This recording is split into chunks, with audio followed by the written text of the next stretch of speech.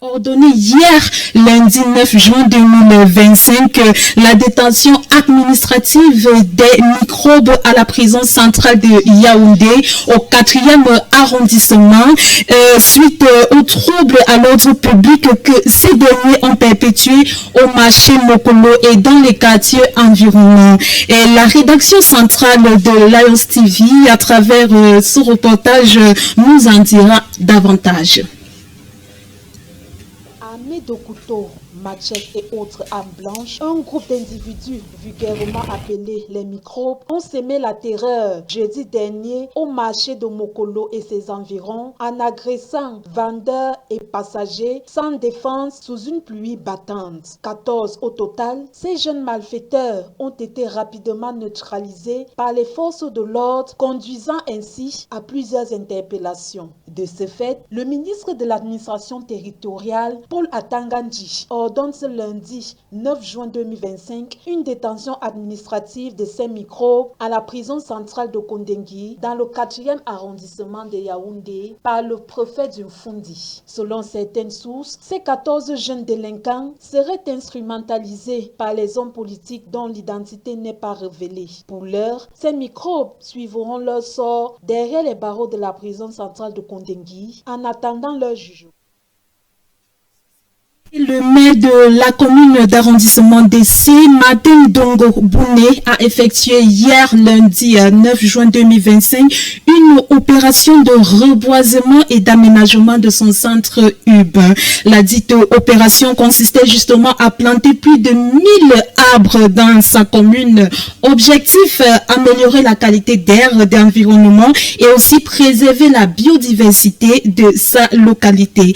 Alors, on s'en va davantage sur cette opération avec Xavier Ongolo.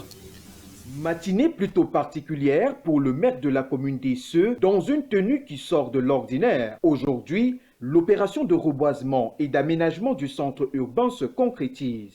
Il faut planter plus de 1000 arbres dans la commune et contribuer ainsi à l'amélioration de la qualité de l'air, la préservation de la biodiversité locale et lutter contre le changement climatique. Commencer par remercier le président de la République, son Excellence Bolivia, qui en réalité est le véritable chantre de la lutte contre les changements climatiques.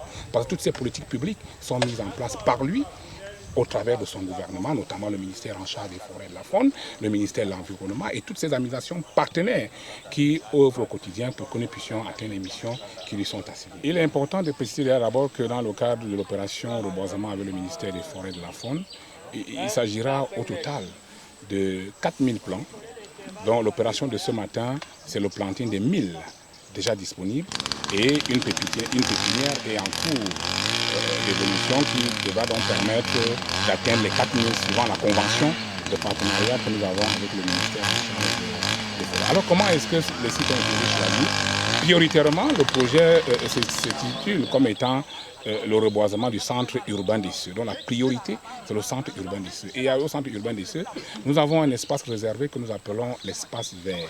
À ce niveau qui se trouve justement derrière l'hôtel de ville. Ici, il est question d'accompagner l'initiative qui avait déjà été mise en place en collaboration avec le ministère de l'Environnement. Tout à côté, nous allons avoir un petit bois communal en plein centre urbain d'Esseux où vous pourrez donc retrouver des espèces telles que le mitacola, la cola, des espèces réservées pour traduire à nos enfants, aux générations futures, leur montrer un peu ce que le gouvernement entend faire pour préserver ce volet-là. Accompagné dans cette belle initiative par des partenaires administratifs et financiers, entre autres le gouvernement camerounais, à travers le ministère de la Forêt et de la Faune, ainsi que le soutien technique du COFEC et du personnel de la commune, quelques sites de cet arrondissement bénéficient ce jour des arbres d'ornement pour le rayonnement du centre-ville et des zones périphériques. Le ministère de la Forêt et de la Faune, qui est l'administration financière et partenaire, a permis à l'arrondissement d'Essé, a mis un moyen financier à l'arrondissement, la commune de l'arrondissement d'Essé, pour pouvoir acheter les arbres et les reboiser, ainsi de créer un hangar civicole qui pourra à la longue permettre à la commune d'Essé de planter à grande échelle ces arbres. En plus de la restauration de son écosystème forestier, Le programme prévoit la mise en place des infrastructures adaptées avec en ligne de mire la promotion d'un environnement sain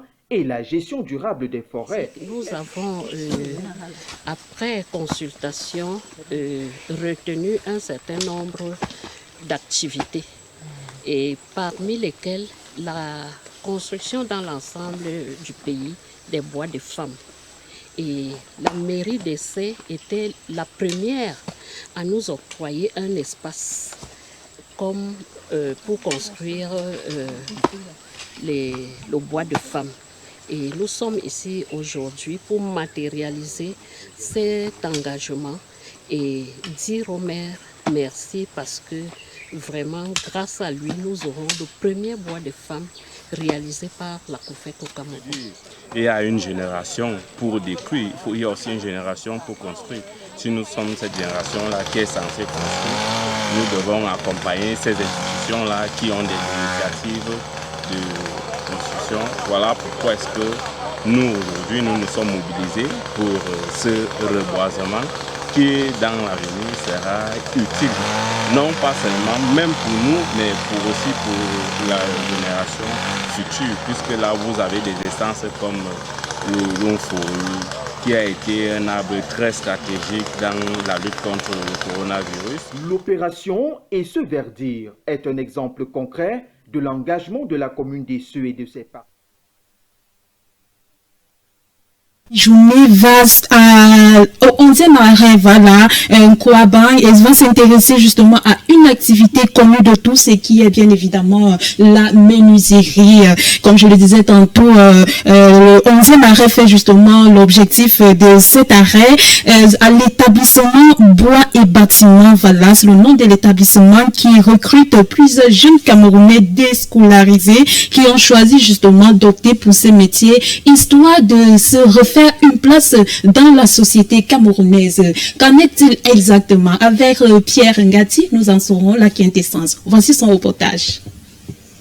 C'est au bout de 2 années de formation que ces 2 jeunes apprentis sont parvenus à fabriquer cette porte, symbole de leur progression. À Saint-Vincent et compagnie, un établissement de formation situé au 11e arrêt Kouaban. Les brevets de la perforeuse rythment les journées de ces jeunes Camerounais en quête de reconversion.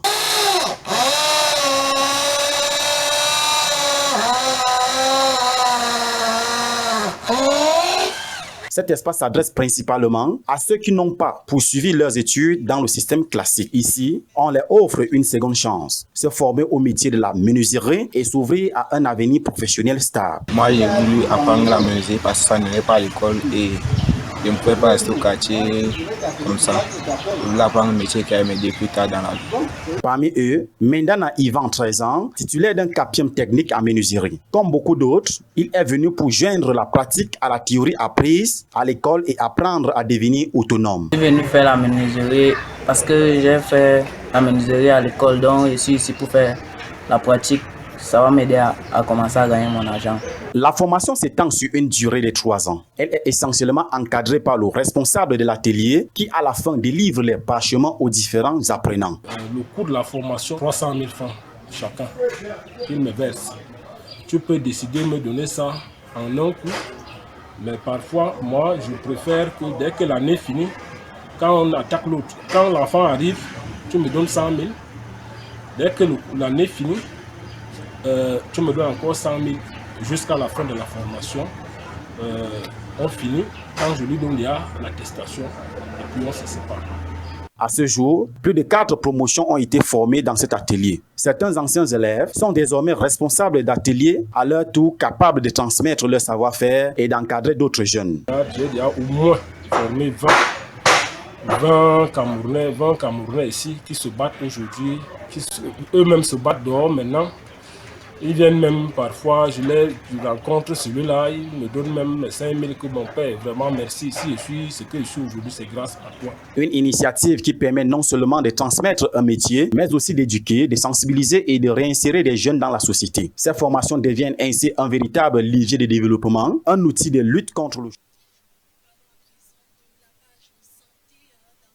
Édition de ce jour où on va s'intéresser au choix rêvé entre les différentes médecines, à savoir la médecine traditionnelle et celle dite moderne. Les citoyens camerounais ont chacun leur choix rêvé vers cette médecine selon ses convenances et selon ses différentes raisons. C'est la raison pour laquelle justement la rédaction centrale de Lions TV s'est dirigée vers ces citoyens camerounais pour qu'ils nous disent davantage qu'est-ce qui motive leur choix par rapport à la médecine choisie par ces derniers. Nous allons en savoir davantage à travers ce reportage. La question sur le choix entre la médecine traditionnelle et la médecine moderne reste toujours au cœur des discussions entre les citoyens camerounais. Au regard de la qualité des services rendus dans nos hôpitaux, de la provenance des médicaments, du coût du traitement et surtout de la couverture santé universelle telle que prévue par le gouvernement, nombreux sont ces citoyens qui titubent encore pour espérer une guérison rapide, efficace et complète. Pour d'aucuns, la médecine moderne est la meilleure au vu du suivi de la maladie à travers les soins administrés et le traitement qui est précis et concis. Je fais la médecine moderne parce que dans la médecine moderne, on sait à quoi quand même s'attaquer. Par contre, dans la médecine traditionnelle, je me dis, on ne connaît pas le dosage. Pour faire la médecine, je préfère l'hôpital parce que l'hôpital détecte d'abord ce que tu as du fond de l'intérieur. Là, s'il faut compléter même avec la médecine traditionnelle, on voit ce qu'il y a lieu de faire. Cette réflexion n'est pas du tout partagée par d'autres Camerounais qui penchent plutôt pour la médecine traditionnelle qui pour eux demeure la base. La médecine traditionnelle parce que c'est d'abord, pour moi, c'est la source, c'est là-bas qu'on commence.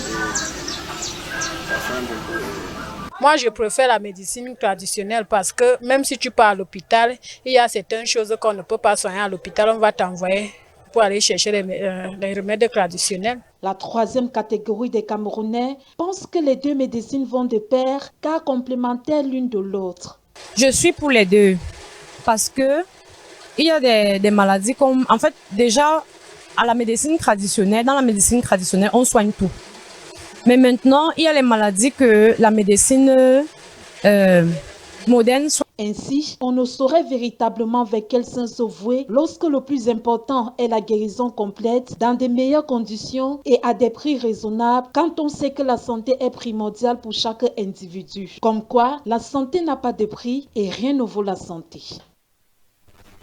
Que la santé reste le moteur de tout citoyen qui espère vivre pleinement sa vie. Hors de notre frontière à présent, mesdames, messieurs, nous allons nous intéresser à cette crise qui sévit du côté de Lomé, voilà, j'y viens, du côté de Lomé, la capitale togolaise, où un mouvement de jeunes avec des placards qui réclament justement la libération du régime au pouvoir depuis près de 6 décennies. À l'origine de cette fronde, un appel lancé justement par le jeune rappeur Amron, devenu viral. Voici le compte rendu de cette crise avec notre reporter Pierre Ngati. Des routes barrées, des rues désertées par les forces de sécurité, des maisons taguées des slogans hostiles. Lomé a changé de visage le 6 juin 2025. Sur certains murs, on peut lire « Fort Gnassingbé dégage ». C'est dans une ambiance de contestation que la capitale togolaise s'est transformée en théâtre de revendications sociales et politiques.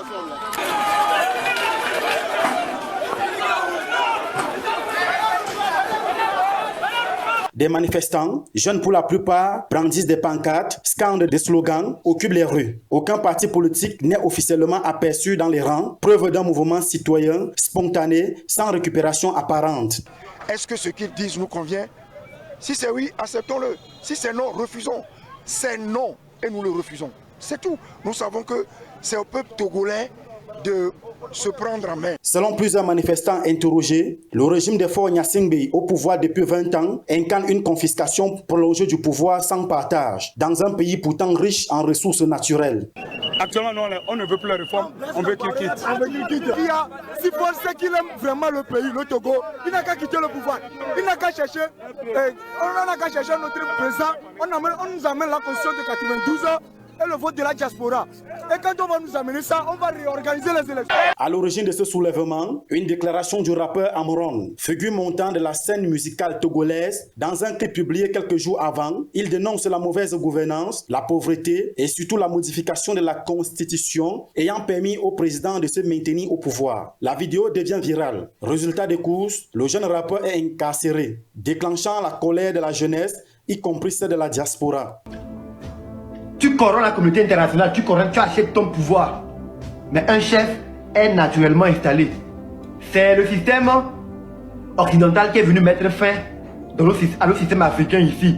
L'arrestation d'Amron agit comme une étincelle dans un baril de poudre. Très vite, la tension monte et la rue s'embrasse. Pour les manifestants, le 6 juin ne doit plus être seulement l'anniversaire du chef de l'État, mais le début d'un tournant politique. De mettre fin au régime cinquantenaire. C'est le peuple qui décide. Nous, on décide que Faure n'a qu'à quitter le pouvoir. Le mandat qu'il a fait, ça suffit comme ça. On n'est rien à foutre avec lui. Jusqu'à présent, aucune déclaration officielle du gouvernement. Le silence est pesant. L'opinion publique nationale et internationale s'interroge. Le Togo est-il en train de tourner la page du... Le changement dans cette partie de l'Afrique, mesdames, messieurs, c'est avec cette page étrangère que nous allons mettre thème à cette édition du journal de ce mardi 10 juin 2025. Prochain arrêt de l'information lorsqu'il sera 19h30 à votre montre avec à la présentation Xavier Ongolo. Moi, je vous donne rendez-vous demain lorsqu'il sera 12h. D'ici à là, portez-vous bien et surtout, bon appétit.